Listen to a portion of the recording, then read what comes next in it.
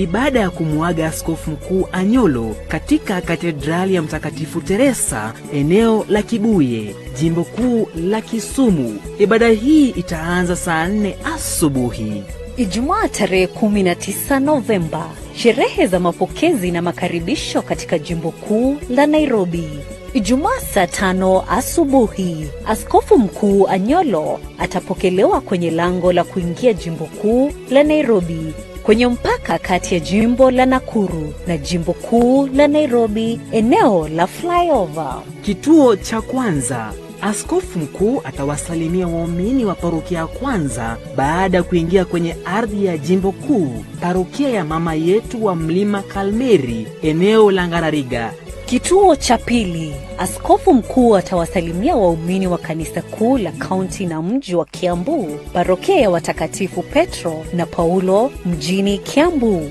Kituo cha tatu, Mwashamu Philip Anyolo atawasili kwenye makao makuu na kanisa mama ya jimbo kuu Katoliki la Nairobi, Basilika ya Familia Takatifu ama Holy Family Basilica.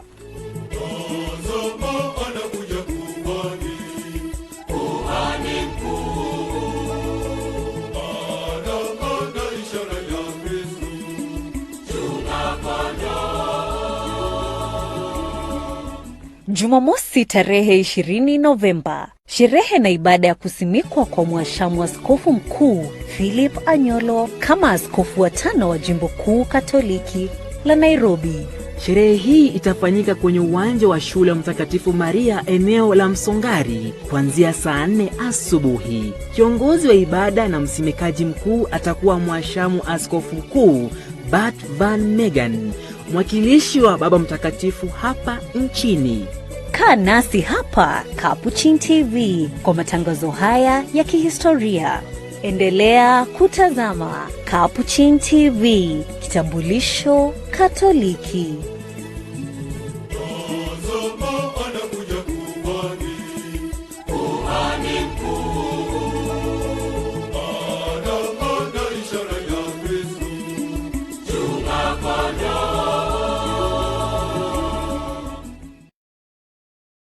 Capuchin TV, kitambulisho Katoliki.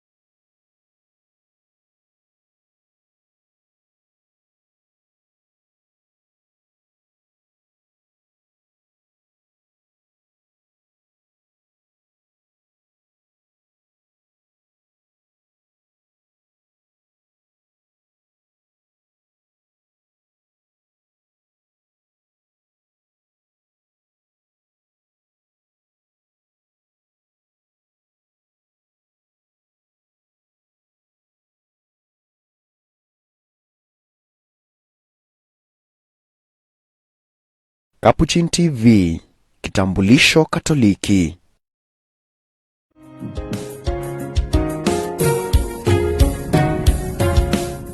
Na pia nawashukuru tena kwa support unapatia Capuchin TV. Ile support tunapatia Capuchin TV ni muhimu sana, kwa sababu kazi wanafanya ya kuhubiri injili kote, mimi siwezi, hata wewe, kwa sababu huna ujuzi, lakini hao kwa kuwasaidia tunafanya hiyo kazi. Tuendelee kufanya kazi. Paybill number 510678, account name Caps TV.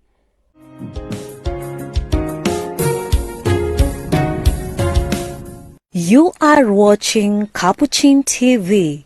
For any complaints, comments, or compliments on our programming, you can either write to us on info@capuchintv.co.ke, or you can call us directly on 0717 424 866 Your complaint shall be addressed within 7 days.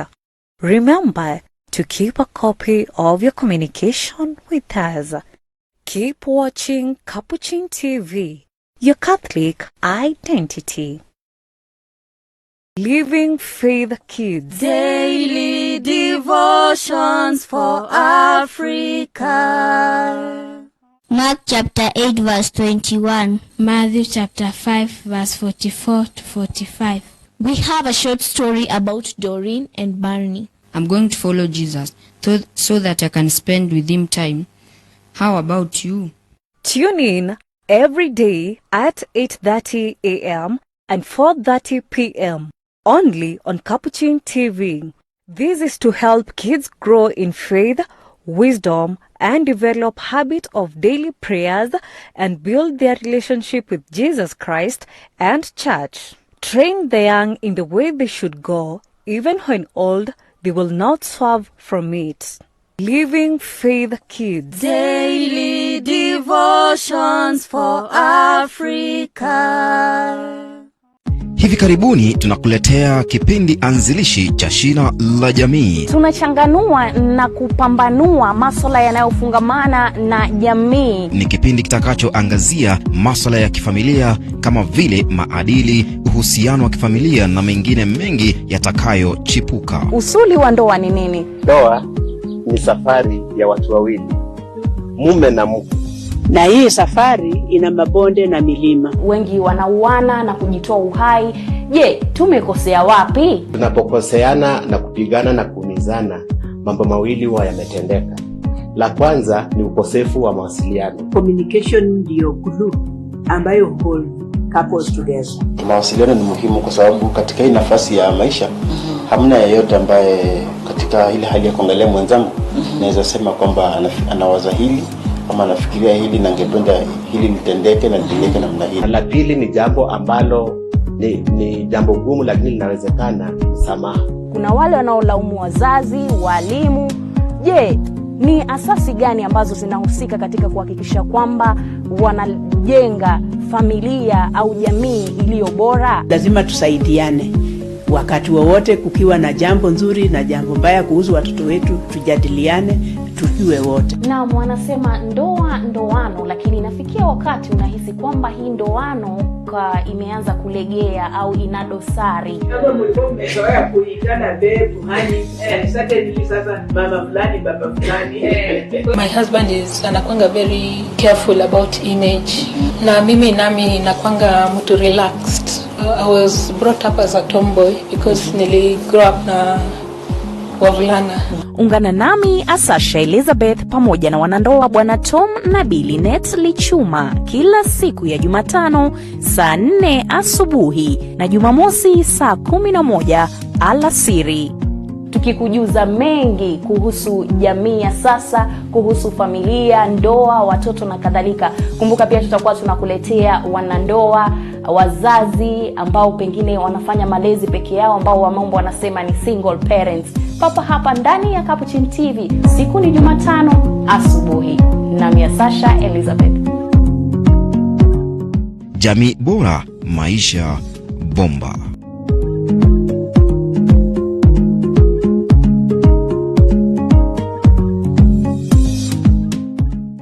Living Faith Kids. Daily devotions for Africa. Mark chapter 8 verse 21. Matthew chapter 5 verse 44 to 45. We have a short story about Doreen and Barney. I'm going to follow Jesus so that I can spend with him time. How about you? Tune in every day at 8:30 a.m. and 4:30 p.m. only on Capuchin TV. This is to help kids grow in faith, wisdom, and develop habit of daily prayers and build their relationship with Jesus Christ and church. Train the young in the way they should go, even when old, they will not swerve from it. Living Faith Kids. Daily devotions for Africa.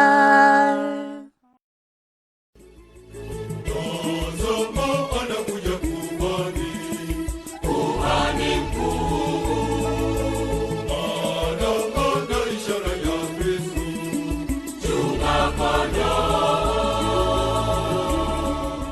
Jimbo Katoliki la Kitui, Agosti mwaka jana, Askofu Joseph Mwongela. Capuchin TV, tulikuwa.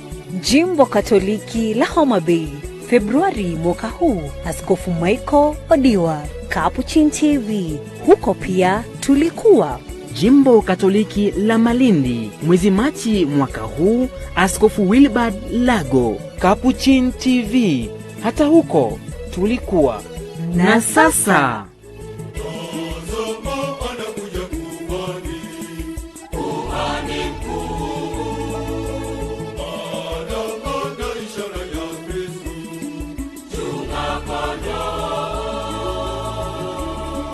Jimbo Kuu Katoliki la Nairobi linamkaribisha mchungaji wake wa 5 tangu litangazwe kuwa jimbo, Mwashamu Askofu Mkuu Philip Anyolo. Capuchin TV ndio runinga rasmi na ya kipekee itakayokuletea sherehe za tukio hili la kihistoria. Jiunge nasi kama ifuatavyo. Alhamisi tarehe 18 Novemba, ibada ya kumuaga Askofu Mkuu Anyolo katika Katedrali ya Mtakatifu Teresa, eneo la Kibuye, Jimbo Kuu la Kisumu. Ibada hii itaanza saa 4 asubuhi. Ijumaa tarehe 19 Novemba, sherehe za mapokezi na makaribisho katika Jimbo Kuu la Nairobi.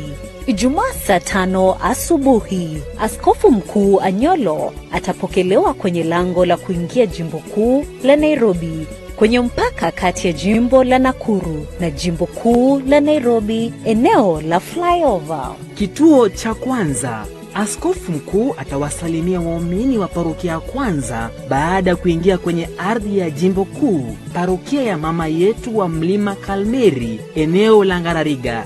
Kituo cha pili, Askofu Mkuu atawasalimia waumini wa kanisa kuu la kaunti na mji wa Kiambu, parokia ya watakatifu Petro na Paulo mjini Kiambu. Kituo cha tatu, Mwashamu Philip Anyolo atawasili kwenye makao makuu na kanisa mama ya Jimbo Kuu Katoliki la Nairobi, Basilika ya Familia Takatifu ama Holy Family Basilica.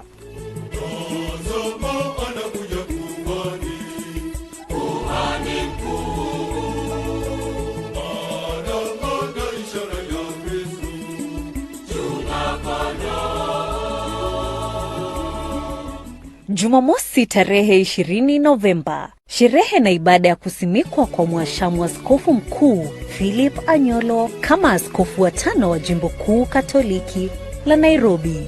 Sherehe hii itafanyika kwenye uwanja wa shule ya Mtakatifu Maria, eneo la Msongari, kuanzia saa 4 asubuhi. Kiongozi wa ibada na msimikaji mkuu atakuwa Mwashamu Askofu Mkuu Bart Van Megan, mwakilishi wa Baba Mtakatifu hapa nchini.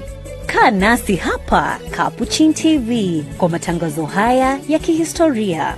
Endelea kutazama Capuchin TV, kitambulisho Katoliki.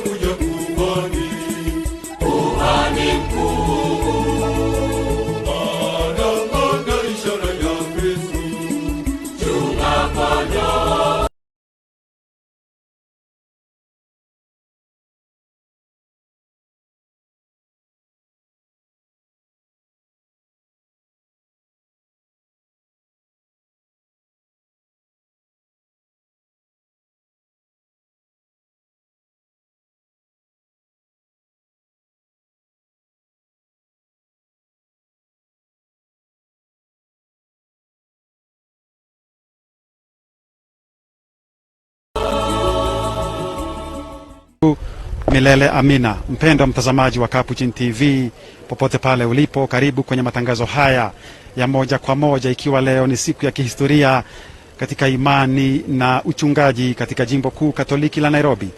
Tarehe 19 ya mwezi huu wa 11 ndipo anapokaribishwa na kupokelewa askofu wa 5 tangu jimbo litangazwe kuwa jimbo kuu hapo mwaka 1953. Huyo si mwingine bali ni Askofu Mkuu Philip Arnold Subira Anyolo, ambaye hiyo jana tarehe 18 ameagwa rasmi kama mchungaji kutoka Jimbo Kuu Katoliki la Kisumu. Hafla iliyopendeza, ilikuwa kidogo ni uchungu na machozi kwa waumini na Wakristo katika Jimbo Kuu la Kisumu, lakini ndivyo ilivyo katika maisha. Kuna kupokea na kuna kuachilia, kuna kupewa na kuna kupeana. Basi tunashukuru yote yaliyofanyika hiyo jana, na sasa hivi tumekusanyika katika uwanja huu, eneo la lililoangukia katika parokia ya Kereita, Jimbo Kuu la Nairobi, dekania ya Limuru, ambapo ni makaribisho yatafanyika hapa dakika yoyote.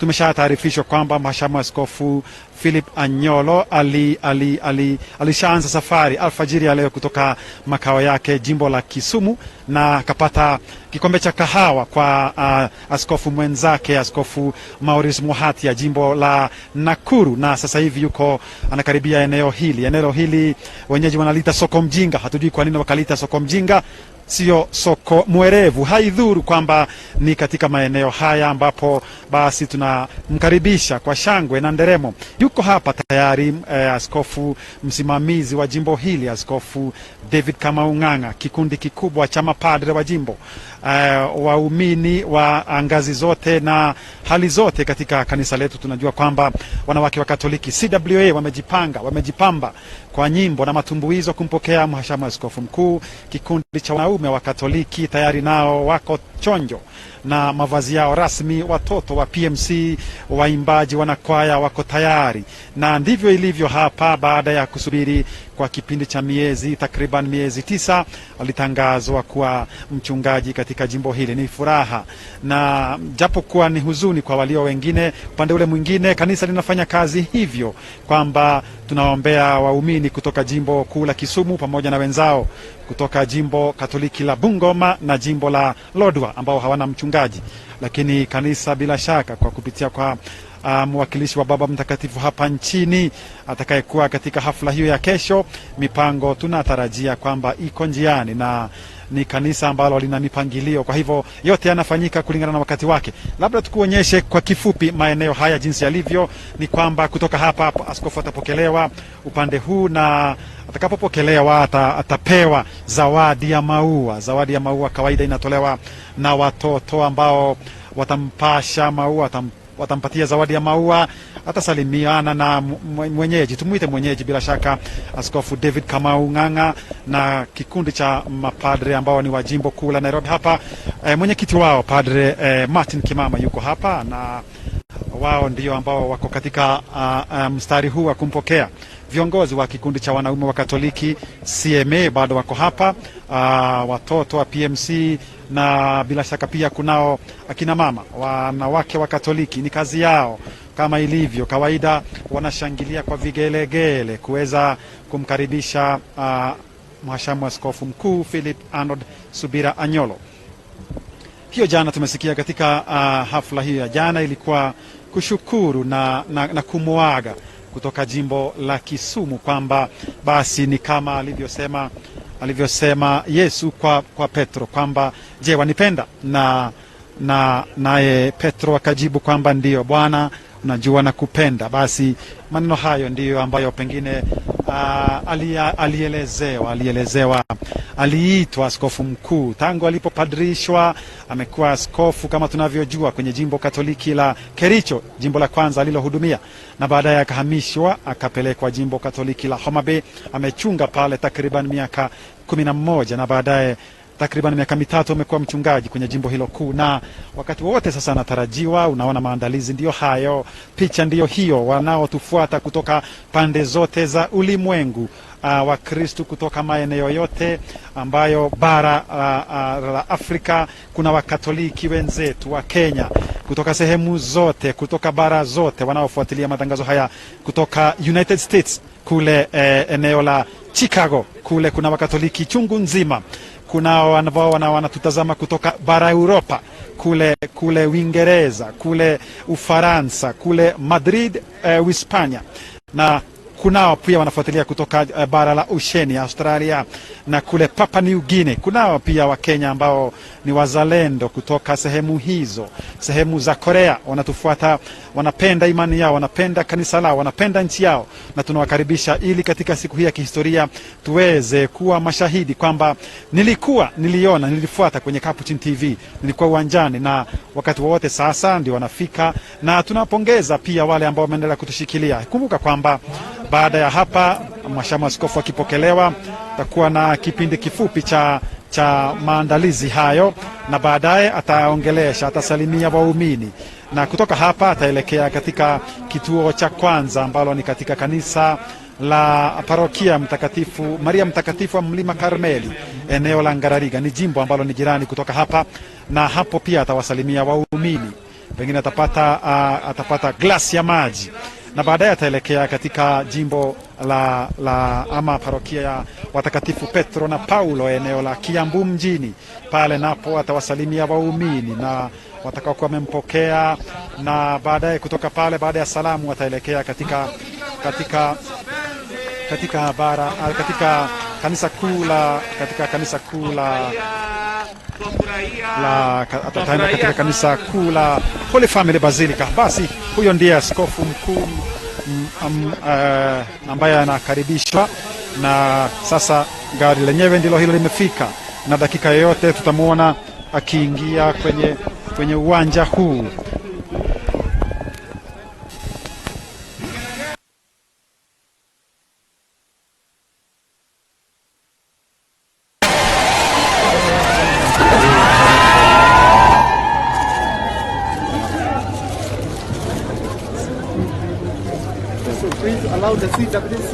Sasa Askofu Mkuu Mteule ataenda na Askofu Kamau ndio aelekeze kwa wale ambao wanawakilisha vikundi mbalimbali. Wana CMA kwanza, akiwa kuna fadha ambao wanatusimamia, fadha wa hii parokia, tupigie farasi makofi. Faramati Kimama, kiongozi wa CMA, kiongozi wa CWA, kiongozi wa Anyolo na watoto wa kuwakilisha PNC. Na tuomba tupeane njia tafadhali, watu wa kamera tafadhali, watu wa kamera tupeane njia. Kina mama sasa.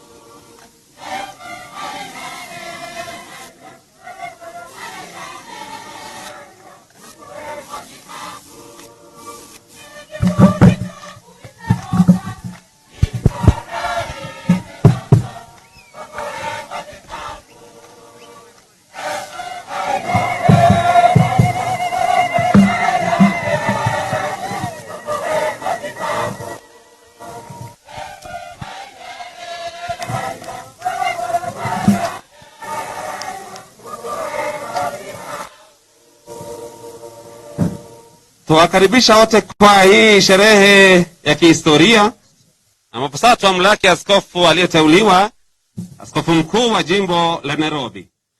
Kwa wakati huu, baada ya hiyo safari yao ya kuja na neema ya Mungu, tutamwalika Vicar General wa Archdiocese of Kisumu kwa ajili ya hotuba yake ya shukrani. Father Moses, karibu tuweze kutoa hotuba. Ni Vicar General wa jimbo kuu la Kisumu. Tumpigia makofi Father Moses.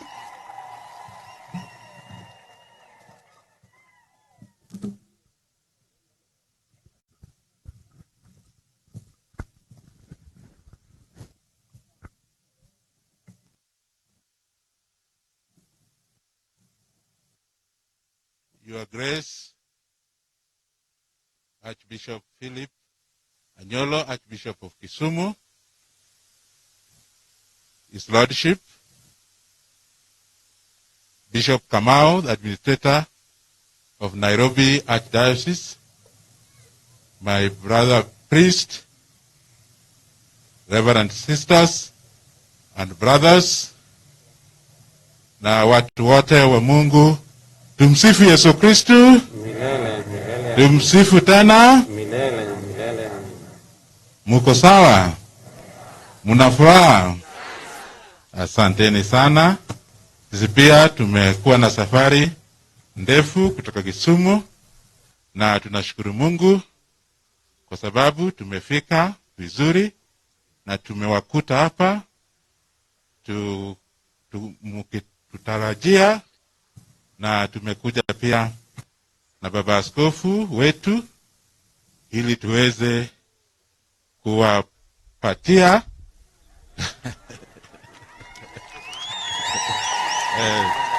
siku ya leo, na tunashukuru Mungu kwa sababu yake na kwa sababu ya kazi amefanya huko Kisumu, na tunajua kwamba Mungu ataendelea kumlinda ili pia aendelee na kazi vile vile alikuwa anakifanya huko Kisumu. Muko tayari kumpokea? Haya. Watu wa Kisumu muko? Tumsimame.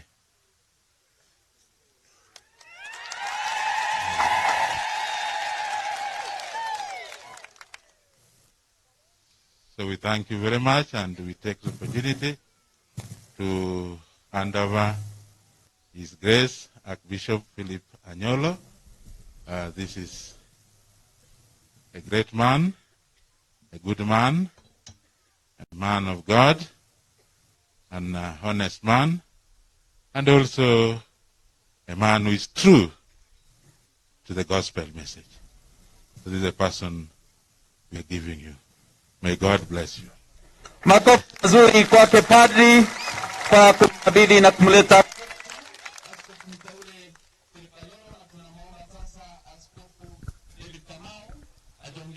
pia hotuba fupi ya kumkaribisha baba askofu.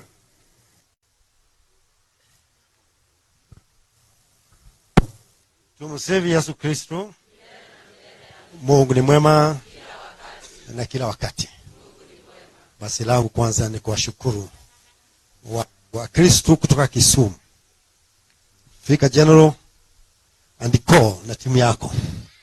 Asanteni sana kwa kumfikisha askofu mkuu. Na sisi tunayo furaha sasa, tunaye mchungaji, na sio tu mchungaji mwema.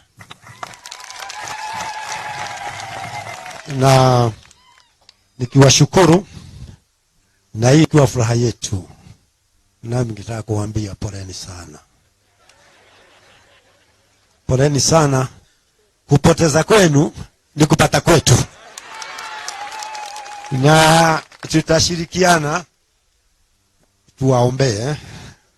Tuwaombee na ninyi mpate mchungaji, sivyo Tuko pamoja Kwa hivyo sasa tunashirikiana katika sala ili na hata ninyi poleni sana na mtapata msubiri, kwa sababu hata sisi tulikuwa tunasubiri, na nyinyi muingie sasa katika hali hiyo.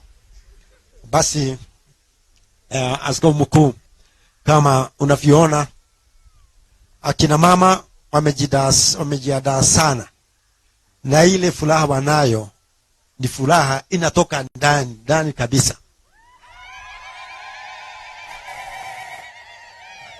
Bila kuacha wazee CMA hata hao sasa wamejiandaa na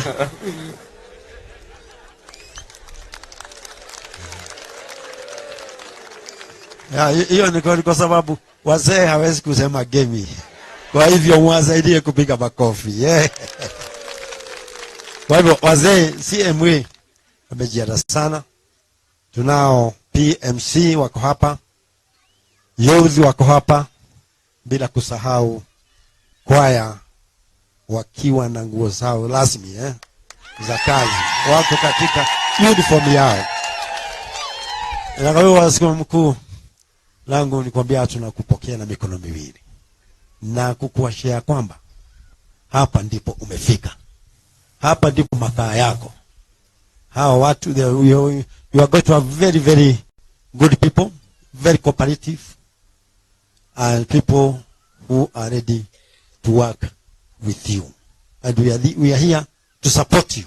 I would like you to feel that our priest, laity, youth, everybody, and not only everybody but also you see that uniform there. These are Caritas Bank. Audio wanaweka pesa. Kwa hivyo hata pesa tunaweka, audio wanaweka sasa. Shida yote sasa iko sivyo sasa hapo ndipo sasa Kwa hivyo so we are all around and they feel welcome and thank you for coming. Pigia Askofu Kamau makofi.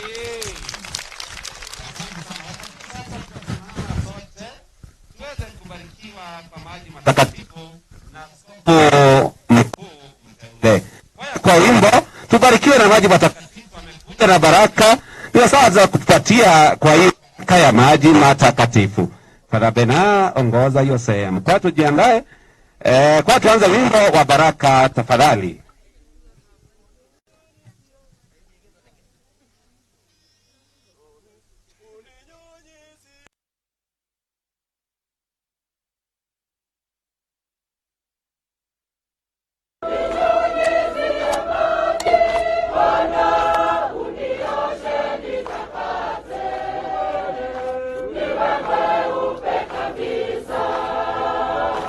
Unioshe nitakase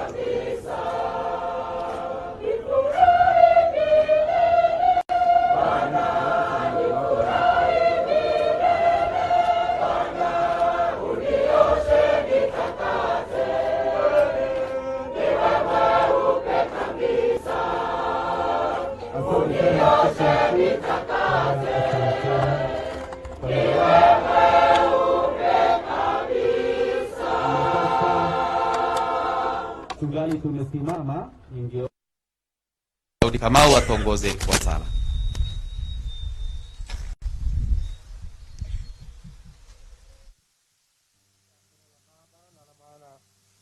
Kwa jina la Baba na la Mwana na Roho Mtakatifu.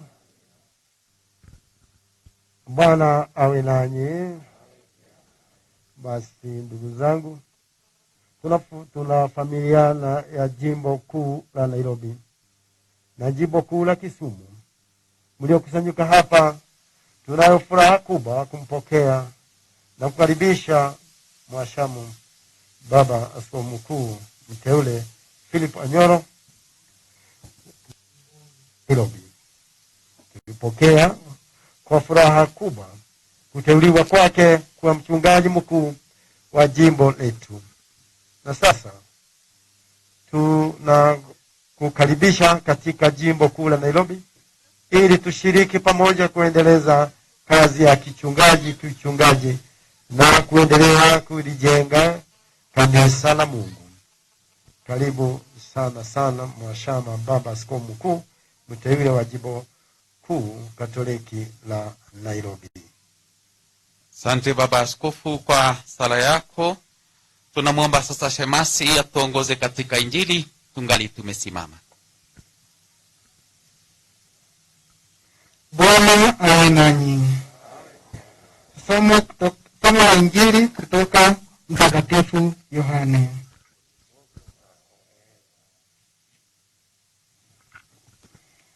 Mimi ndimi nimekuja ili wawe na uzima, tena wawe na utele. Mimi ndimi mchungaji mwema. Mchungaji mwema hutoa nafsi yake kwa ajili ya kondoo.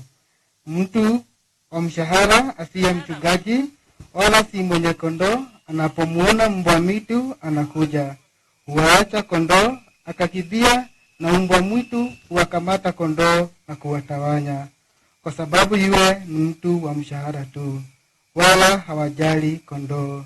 Mimi ndimi mchungaji mwema, na wajua walio wangu, nao walio wangu wanijua mimi, kama vile Baba anijuavyo mimi, nami nimjuavyo Baba. Natoa nafsi yangu kwa ajili ya kondoo. Nina kondoo wengine wasio wa zizi hili, nao imenipasa kuwachunga. Watasikia sauti yangu, na kutakuwa kundi moja na mchungaji mmoja. Kwa hiyo Baba ananipenda, kwa sababu natoa nafsi yangu kusudi niitwae tena. Hakuna aiondoaye nafsi yangu, bali naitoa kwa hiari. Nina mamlaka ya kuitoa na nina mamlaka ya kuitoa tena. Agizo hilo nimelipata kwa Baba yangu. Injili ya Bwana. Tunaomba sote tuweze kuketi, ambao wako na nafasi, na kumwomba Askofu Daudi Kamau kutupa hotuba fupi na tafakari ya Injili ambayo tumesikiliza. Baba Askofu. Basi tumesoma Injili ya mchungaji mwema. Kuna wakati ambapo kuna huyu mtu mmoja alikuwa huko mlimani, na alipoangalia nyuma yake akaona kuna mtu anamkimbisha, naye akatoroka akakimbia haraka, na yule ambaye alikuwa anamkimbisha wakaibishana, na wakakaa kama watu wakibishana kwa sababu walikibishana. Mwishowe huyo alikuwa akibishwa akachoka, na yule ambaye alimkibisha akampata, akamwambia, mimi niwe nakibisha sasa, nataka urudi, umepotea. Naye akasema, mimi sitaki kurudi. Akamwambia, mimi sitakuacha mpaka turudi. Mwishowe wakarudi. Huyo ambaye alikuwa anakibishana sio mwingine, ni mwinjili Yohane tumesoma injili yake, ndiye alikuwa akitafuta huyo mtu, lakini siende kutafuta na wapi katika injili, kwa sababu kuna mambo mengi sana yalifanyika lakini hakuandikwa katika kitabu. Hiyo ni moja yao. Nataka kusema kwamba askofu mkuu ndiye huyo sasa.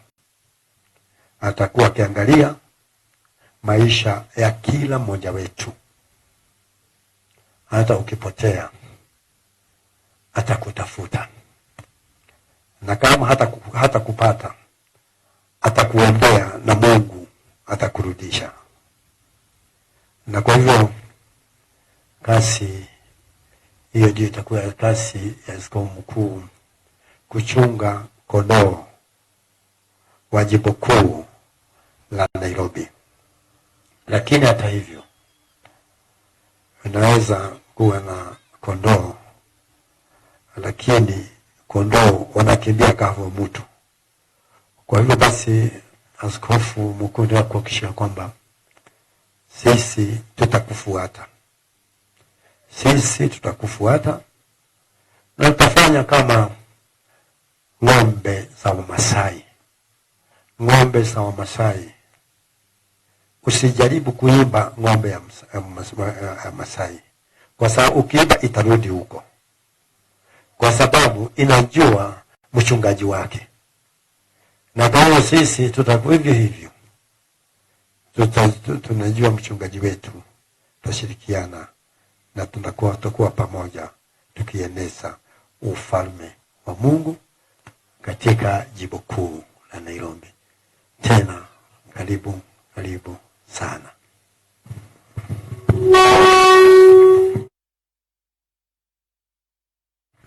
Tumshangilie makofi mazuri askofu mkuu alikuwa sasa rasmi na Bishop Kamau.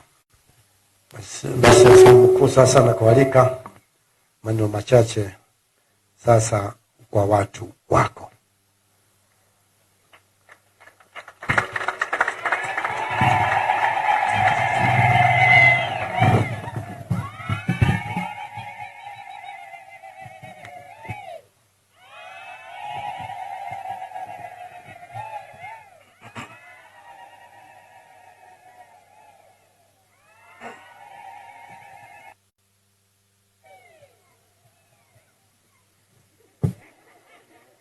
Kwa jina la Baba na la Mwana na Roho Mtakatifu. Bwana awe nanyi. Basi ndugu yangu David Kamau, ndugu yetu mpendwa askofu mstaafu, mapadri kutoka Homa Bay na kutoka Kisumu, mapadri kutoka Nairobi, watawa hivyo mbalimbali, na sisi wote tulio hapa tu pamoja kwa sababu ya upendo wake Mungu. Mungu hangependa kwamba mmoja wetu apotee. Hivi ni kwamba anarudisha pamoja. Yeyote anayepotea, God must catch up with him, amrudishe kwenye zizi la ng'ombe. Hiyo ndiyo kazi ambayo, na vile vile wanaotunzwa na kazi ile ya askofu wana jukumu kama lile. Hivyo basi wanaotunza kazi ya askofu na kazi ya askofu mwenyewe wanategemeana, ili waweze kujenga ufalme wa Mungu, zizi la Mungu ambamo kondoo wake watakaa bila kusumbuliwa na adui. Mimi nimefurahi kwa makaribisho yenu, na nimefurahi kuwa hapa pamoja nanyi. Na huku ninapofurahi, mnajua bado naangalia kwenye nimetoka. That's where I'm facing now. So I'm looking behind with a lot of tears, because they are very good people. Na ule uzuri wa pamoja huu wenu na wao tunaunganishwa. So as I look back, kwa kilio, kwa machozi, I want to look also towards the east, kwa furaha ya kwamba wote tunajenga nyumba ya Mungu, tuko pamoja sisi wote. Kanisa la Kenya ni kanisa la Mungu, sisi wote wana Kenya tunamjua Mungu kwa namna fulani ama namna nyingine.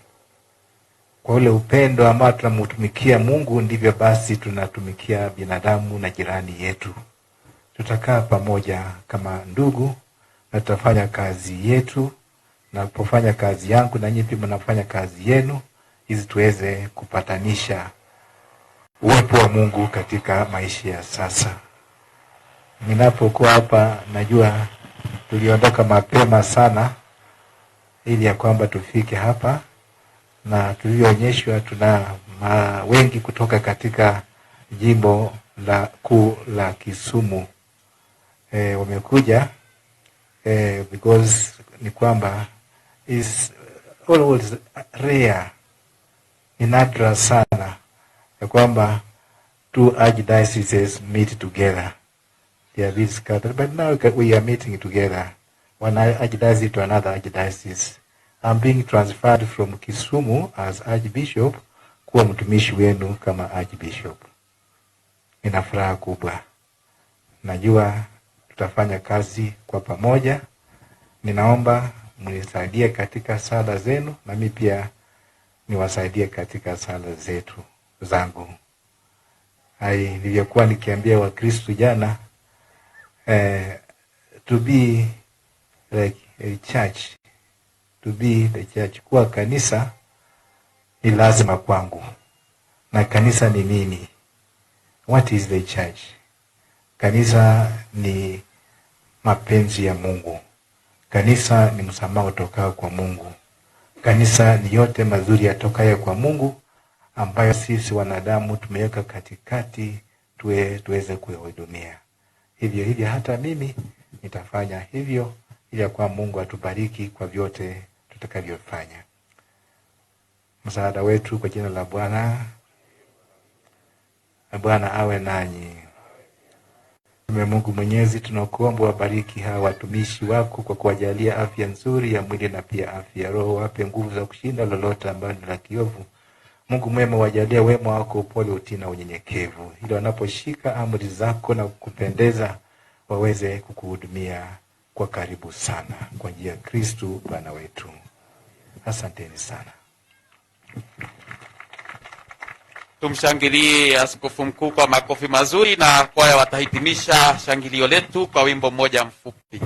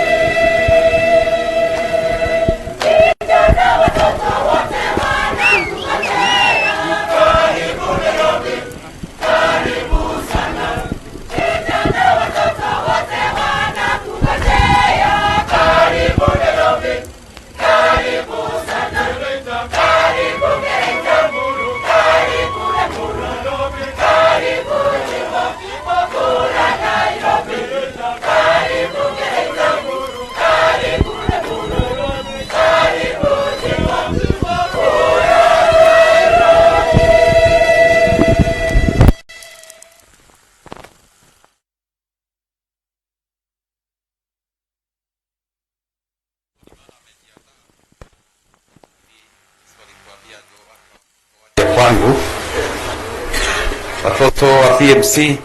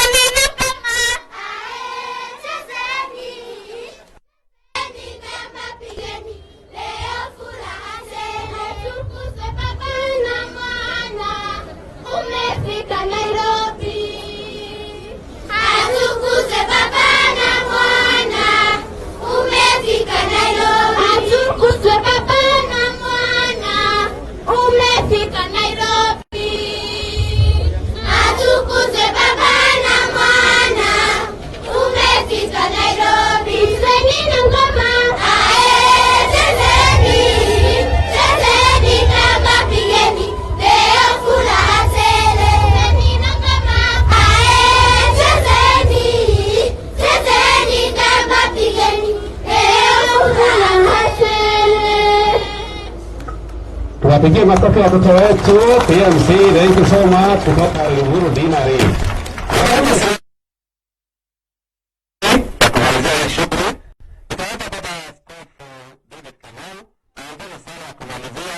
Baada yake Askofu Mkuu Philip Anyolo atapeana baraka na kumalizia ile sehemu ya kwanza ya makaribisho. Askofu Kamau, karibu. Sifa kwako Kristo. Mungu Baba Mwenyezi, mwanao ajithibitishia kuwa yeye ndiye mchungaji mwema. Tena ana wake na kwa moja sauti ya mchungaji wao. Tunapompokea mchungaji mkuu wa jimbo letu Philip Anyolo, tunakuomba Roho Mtakatifu amtangulie ili aweze kuwafahamu vyema kondoo wake, nasi kondoo wake tusikie sauti yake na kuifuata kwa kushirikiana nawe kikamilifu, ili tuweze kulijenga na kuliendeleza kanisa lako. Tunakuomba umjaze roho upendo, umoja, ukarimu, uelewano na ushirikiano wa watu wote, tutakapounganishwa kama kundi lako chini ya huu Askofu Mkuu wetu Mteule, tuweze kuendelea kujenga kanisa lako, unaishi na kutawala daima na milele.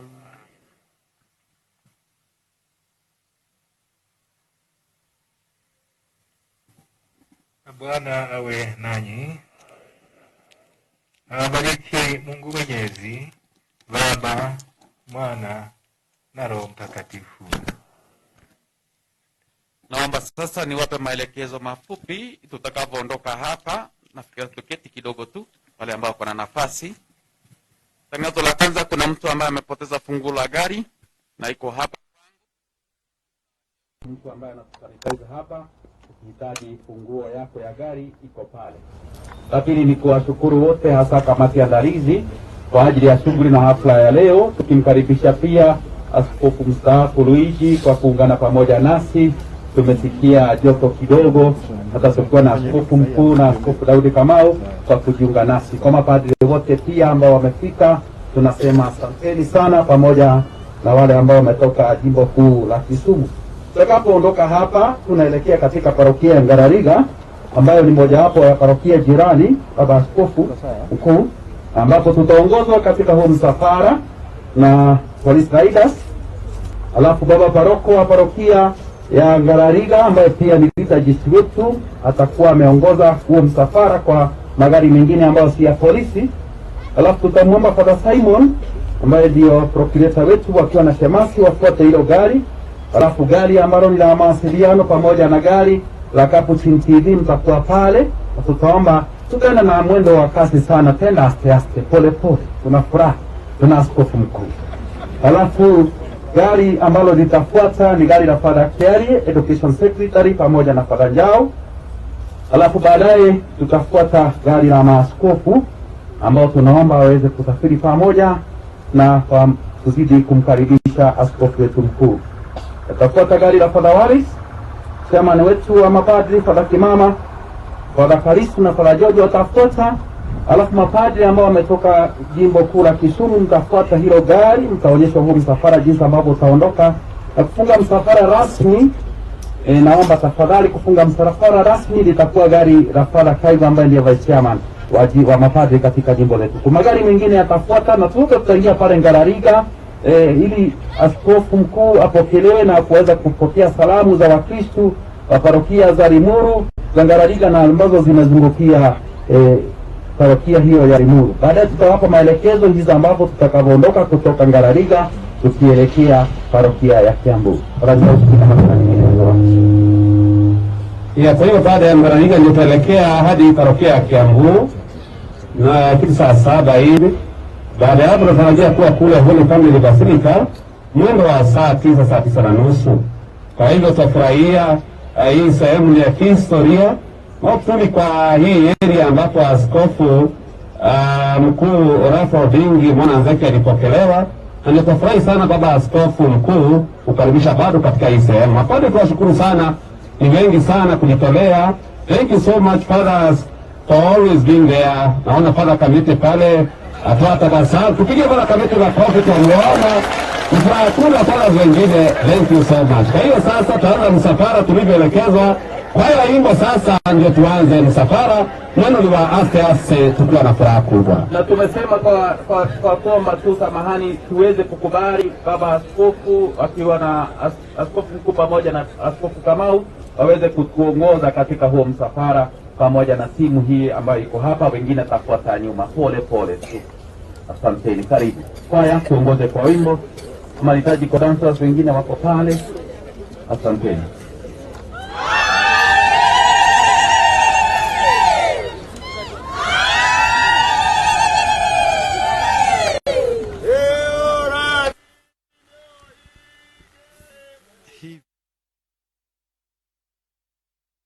Anza sehemu ya makaribisho. Mhashamu Askofu Mkuu Philip Anyolo ameshapeanwa kwenye jimbo kuu Katoliki la Nairobi na msaidizi wa askofu ama vika jimbo kuu la Kisumu, na amepokelewa na askofu msimamizi wa jimbo hili kuu la Nairobi Mhashamu Askofu David Kamau Ng'ang'a. Baada ya ibada hiyo fupi, sasa ni kuelekea kwenye parokia ya Ngarariga Mama Maria wa Mlima Karmeli. Pale pia atawasalimia waumini na baadaye kuelekea kama ilivyotangazwa kwenye parokia watakatifu Petro na Paulo kule Kiambu. Basi tunafunga matangazo hapa moja kwa moja, tunaelekea studio, halafu baadaye tutapatana katika sehemu ya kwanza, kituo cha kwanza, parokia Mama Maria wa Karmeli, eneo la Ngarariga. Tupatane pale. Tumsifu Yesu Kristo.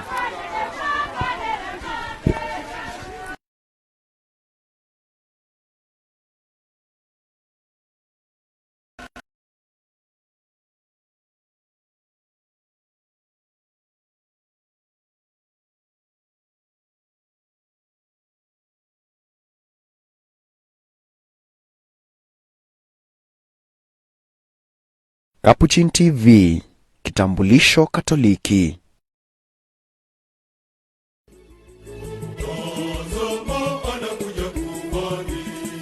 Kuhani mkuu, ana ishara ya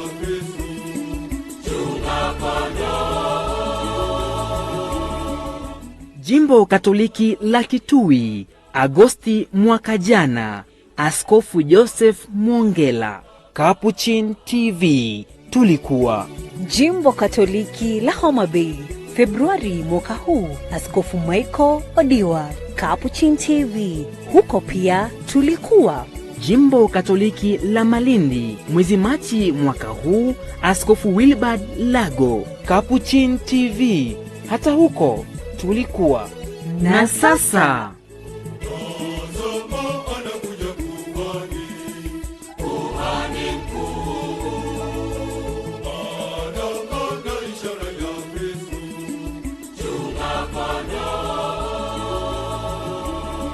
Jimbo Kuu Katoliki la Nairobi linamkaribisha mchungaji wake wa 5 tangu litangazwe kuwa jimbo, Mwashamu Askofu Mkuu Philip Anyolo. Capuchin TV ndio runinga rasmi na ya kipekee itakayokuletea sherehe za tukio hili la kihistoria.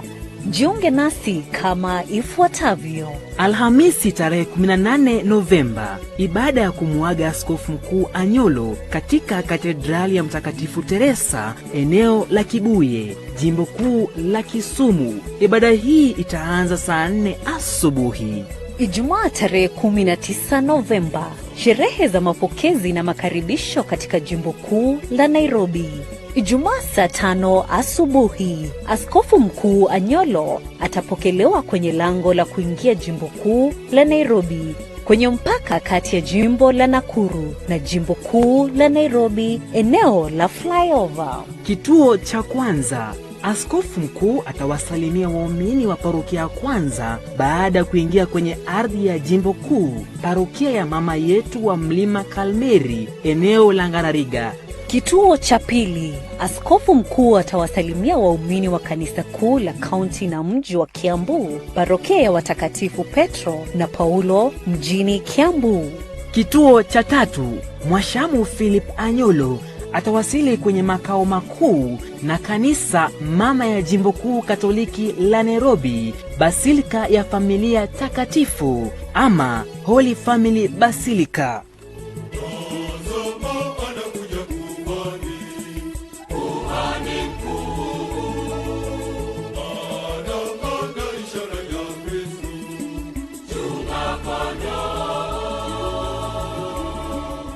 Jumamosi tarehe 20 Novemba, sherehe na ibada ya kusimikwa kwa Mwashamu Askofu Mkuu Philip Anyolo kama askofu wa 5 wa Jimbo Kuu Katoliki la Nairobi.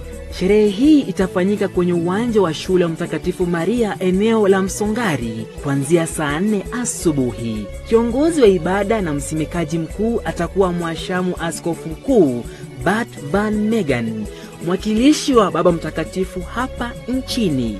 Kaa nasi hapa Capuchin TV kwa matangazo haya ya kihistoria. Endelea kutazama Capuchin TV, kitambulisho Katoliki.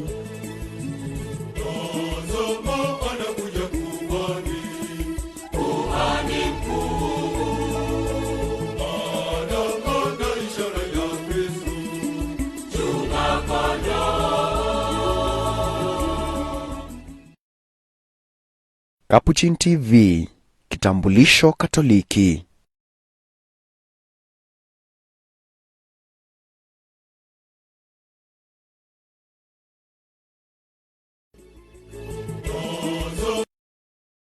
Capuchin TV, kitambulisho Katoliki. Werokamu modikavu wa Nairobi, werokamu. Werokamu modikavu wa Nairobi, werokamu.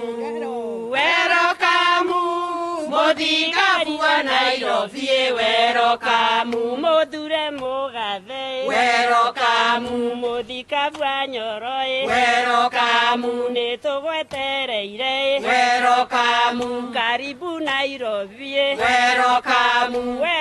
Werokamu modikavu wa Nairobi, werokamu.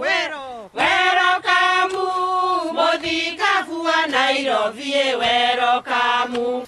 Tumsifu Yesu Kristo.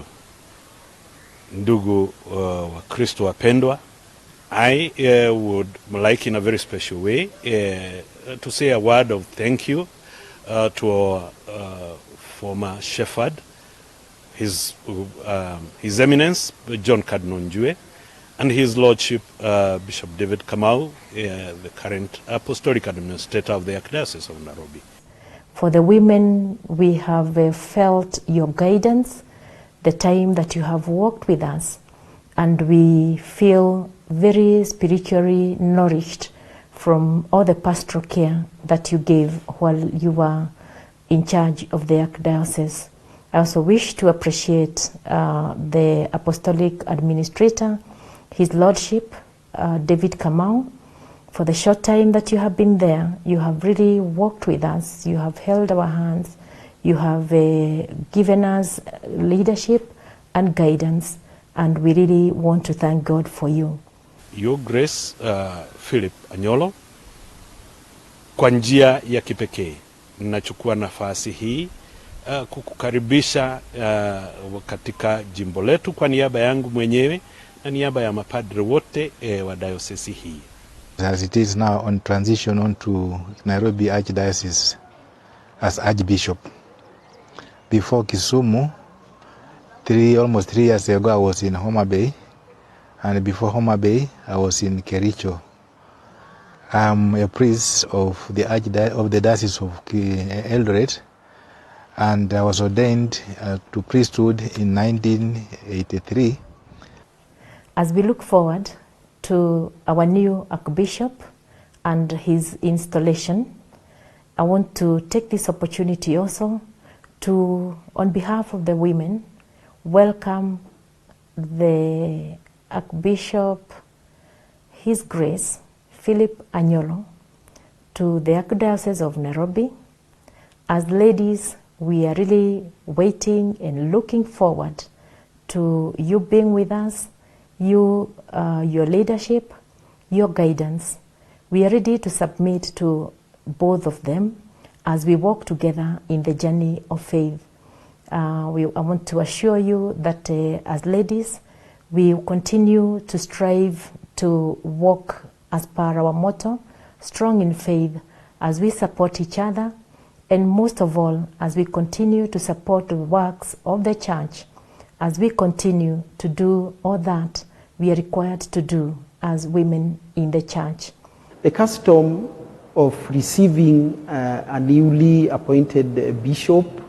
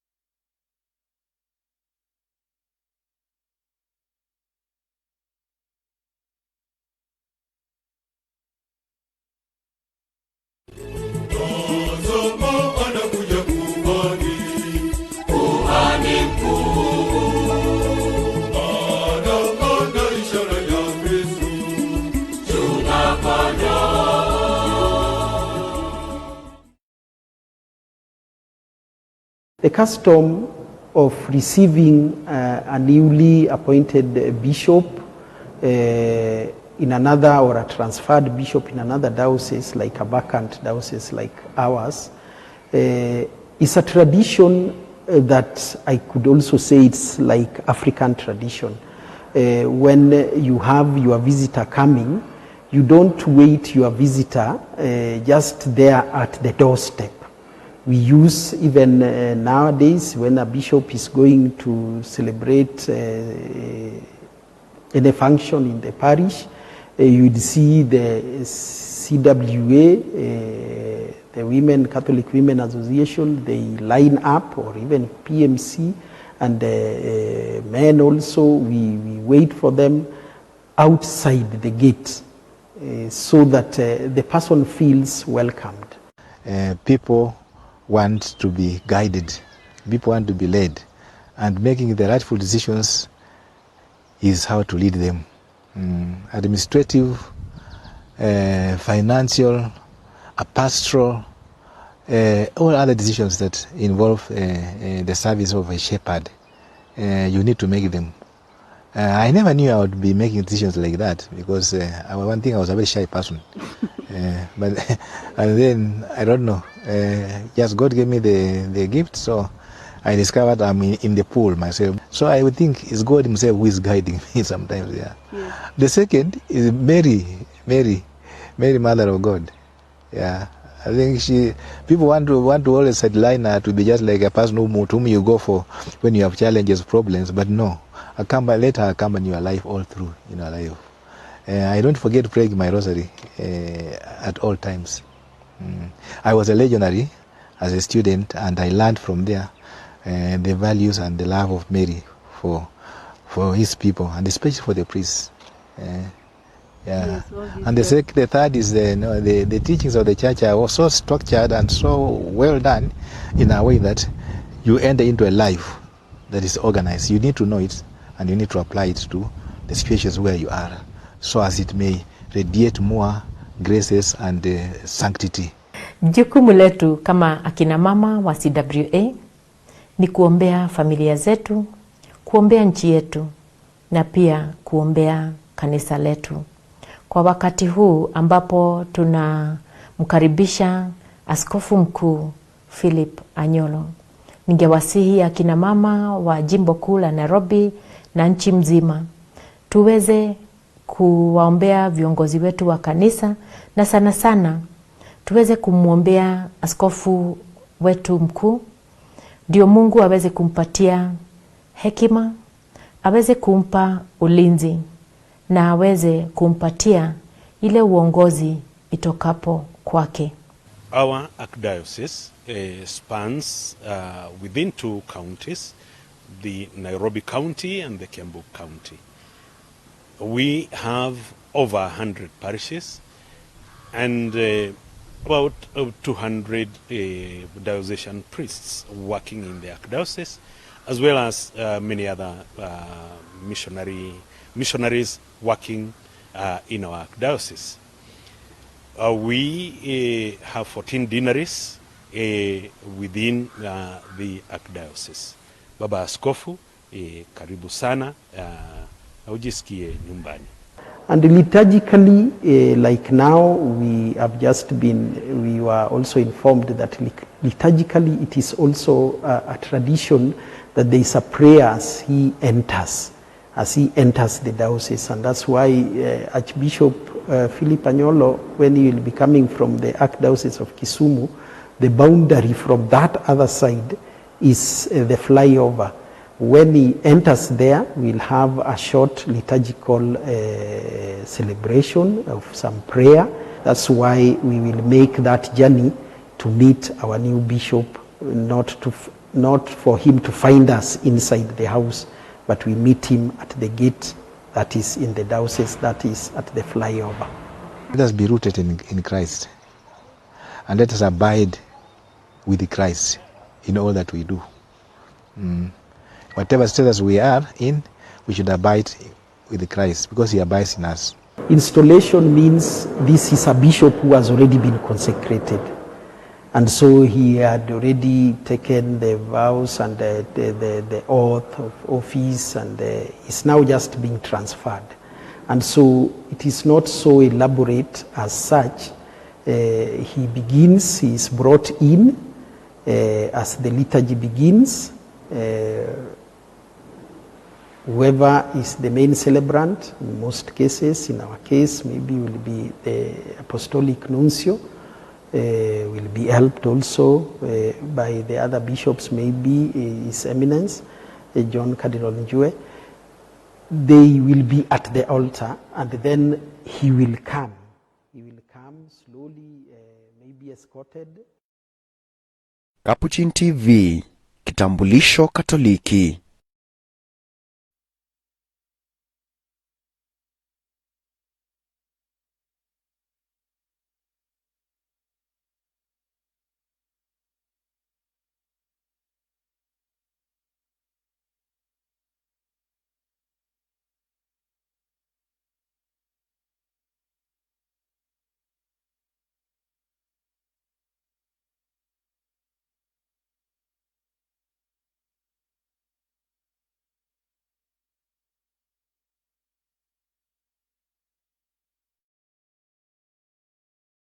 Installation means this is a bishop who has already been consecrated. And so he had already taken the vows and the oath of office, and is now just being transferred. And so it is not so elaborate as such. He begins, he is brought in as the liturgy begins. Whoever is the main celebrant, in most cases, in our case, maybe will be the apostolic nuncio, will be helped also by the other bishops, maybe His Eminence, John Cardinal Njue. They will be at the altar, and then he will come. He will come slowly, maybe escorted by one of the priests from the archdiocese where he is coming from, and another priest from the archdiocese of Nairobi where he has now arrived. They will escort him to the altar, and there is going to be received and given the staff, because that is for shepherding. Now he has come to be a shepherd here, and he will be seated. But before he is even given that staff, first he will show the bull. The bull is the authorizing letter from the Pope to be read that he is the new person taking possession of that diocese. Without that bull, then he will be an impostor. He cannot be allowed to come in. So it is like a ticket, it is like a license, it is the ticket that allows him to come in to take possession of that diocese. So that one will be read. Usually it is written in Latin, and many at times we'll read it in Latin and translate it in English or Kiswahili or whichever the local language that we feel to be of the people around. And so that one, when it is read to the people and the masses and everybody, and it has to be shown that everybody to see it, it is not something fake. This is the ticket for him, the license for him to take charge. This is without it, the process of installation cannot proceed.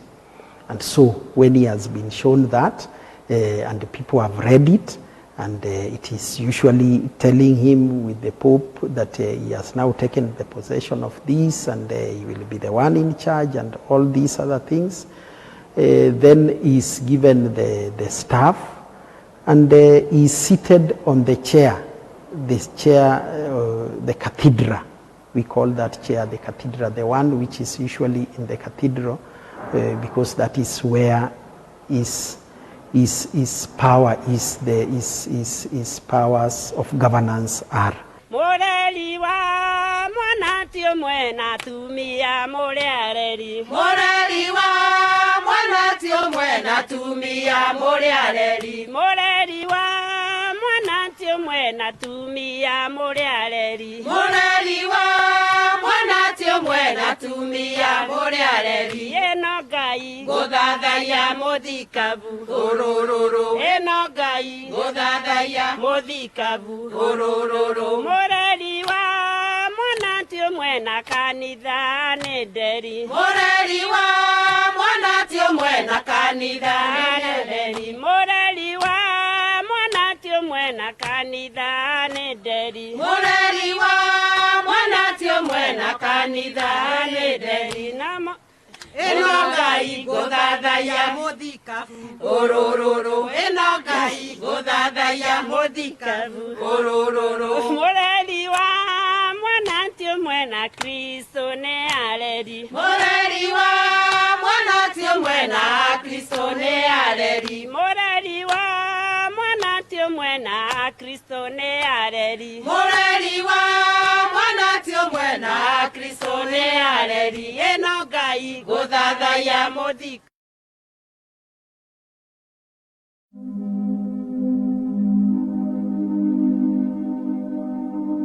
The Catholic Church speaks. The bishops, Kenya Conference of Catholic Bishops made a very strong appeal to our country's leadership so that we may start forging peace from the top. That invitation still stands. That invitation is still being pursued.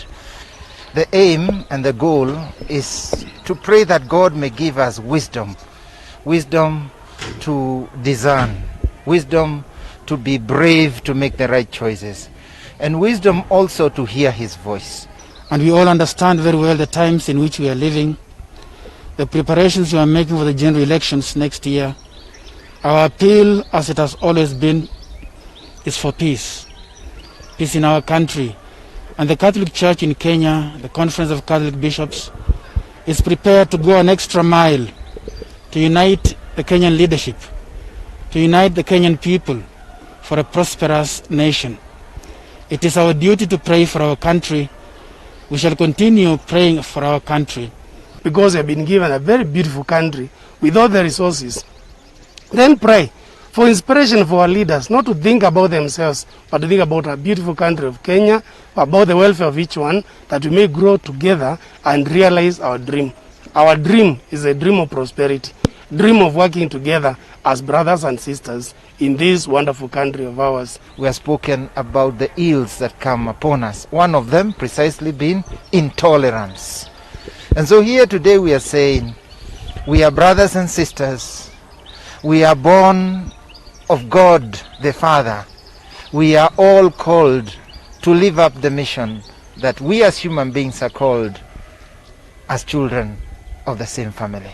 Therefore, we must tolerate one another.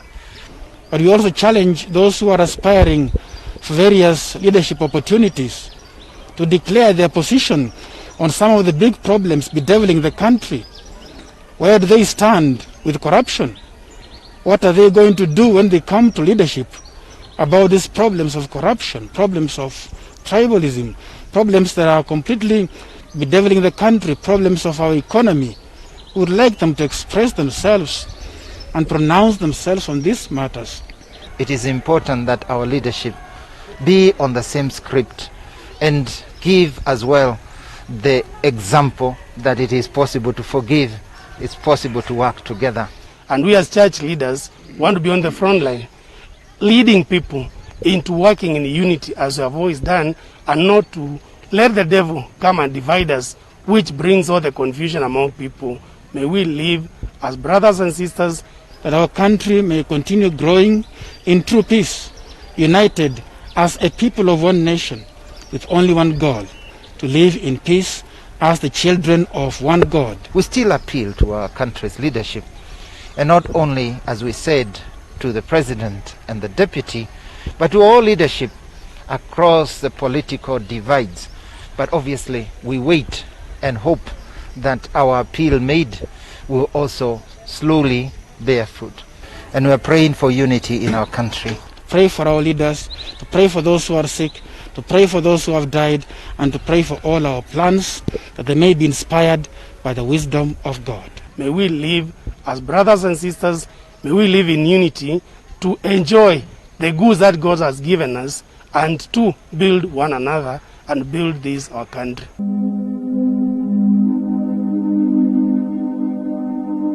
The Catholic Church speaks. Living Faith Kids. Daily devotions for Africa. Mark chapter 8 verse 21. Matthew chapter 5 verse 44 to 45. We have a short story about Doreen and Barney. I'm going to follow Jesus so that I can spend with him time. How about you? Tune in every day at 8:30 a.m. and 4:30 p.m. only on Capuchin TV. This is to help kids grow in faith, wisdom, and develop habit of daily prayers and build their relationship with Jesus Christ and church. Train the young in the way they should go. Even when old, they will not swerve from it. Living Faith Kids. Daily devotions for Africa. Hivi karibuni tunakuletea kipindi anzilishi cha Shina la Jamii. Tunachanganua na kupambanua masuala yanayofungamana na jamii. Ni kipindi kitakachoangazia masuala ya kifamilia kama vile maadili, uhusiano wa kifamilia na mengine mengi yatakayochipuka. Usuli wa ndoa ni nini? Ndoa ni safari ya watu wawili, mume na mke. Na hii safari ina mabonde na milima. Wengi wanauana na kujitoa uhai. Je, tumekosea wapi? Tunapokoseana na kupigana na kuumizana, mambo mawili huwa yametendeka. La kwanza ni ukosefu wa mawasiliano. Communication ndio glue ambayo hold couples together. Mawasiliano ni muhimu kwa sababu katika hii nafasi ya maisha hamna yeyote ambaye katika ile hali ya kuangalia mwenzangu naweza sema kwamba anawaza hili ama anafikiria hili na angependa hili litendeke na litendeke namna hii. La pili ni jambo ambalo ni jambo gumu lakini linawezekana, msamaha. Kuna wale wanaolaumu wazazi, walimu. Je, ni asasi gani ambazo zinahusika katika kuhakikisha kwamba wanajenga familia au jamii iliyo bora? Lazima tusaidiane. Wakati wowote kukiwa na jambo nzuri na jambo baya kuhusu watoto wetu, tujadiliane tukiwe wote. Na wanasema ndoa ndoano, lakini inafikia wakati unahisi kwamba hii ndoano imeanza kulegea au ina dosari. Kama mlikuwa mmezoea kuitana babe, honey, suddenly sasa mama fulani, baba fulani. My husband anakuanga very careful about image. Na mimi nami nakuanga mtu relaxed. I was brought up as a tomboy because nili grow up na wavulana.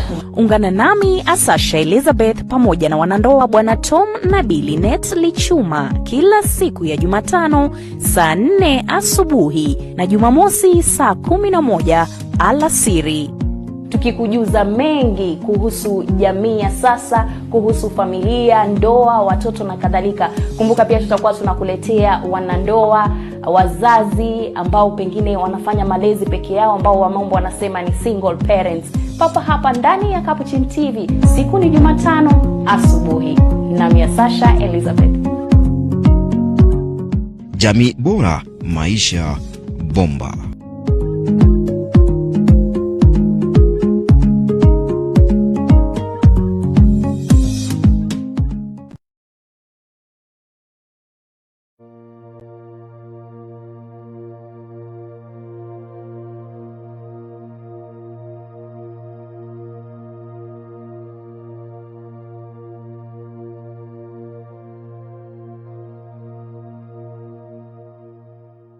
Sala ya kuombea sinodi.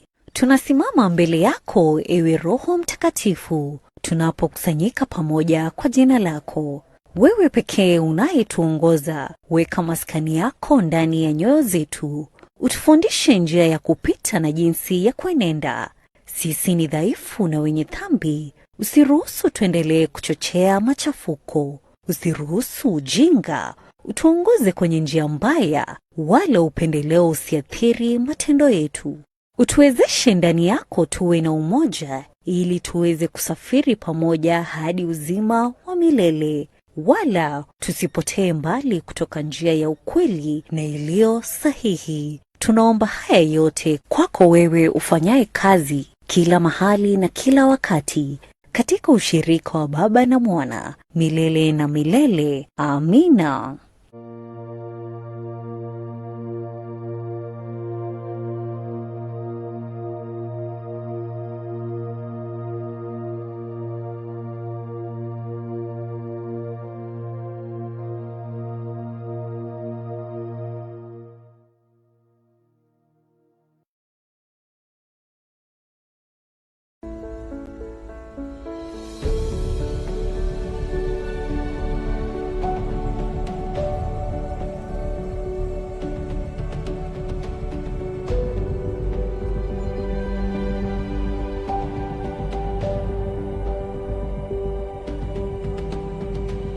The Catholic Mirror magazine invites all Christians and people of goodwill to subscribe and book advertising space with the beautiful magazine that brings you a wide range of articles, being messages from the bishops, spiritual, health, pastoral, family, environmental issues, Pope's messages, and many more. The magazine is produced bi-monthly at a subscription fee of 1,500 Kenya shillings per year. To subscribe, pay 1,500 Kenya shillings to M-Pesa paybill number 560700, account number, your name or the name of the institution or parish. Support and donations may be channeled on paybill number 560700. Email the message to nationalmirror@catholicchurch.or.ke with the M-Pesa message and your postal address for postage of the magazine. To advertise with us, call the Catholic Mirror magazine on 0704 416 809. We cover different diocesan events and great feature stories. Thank you very much for your continued support in Bishop's evangelization mission. May God bless you abundantly. We are the Catholic Mirror. Be my witness.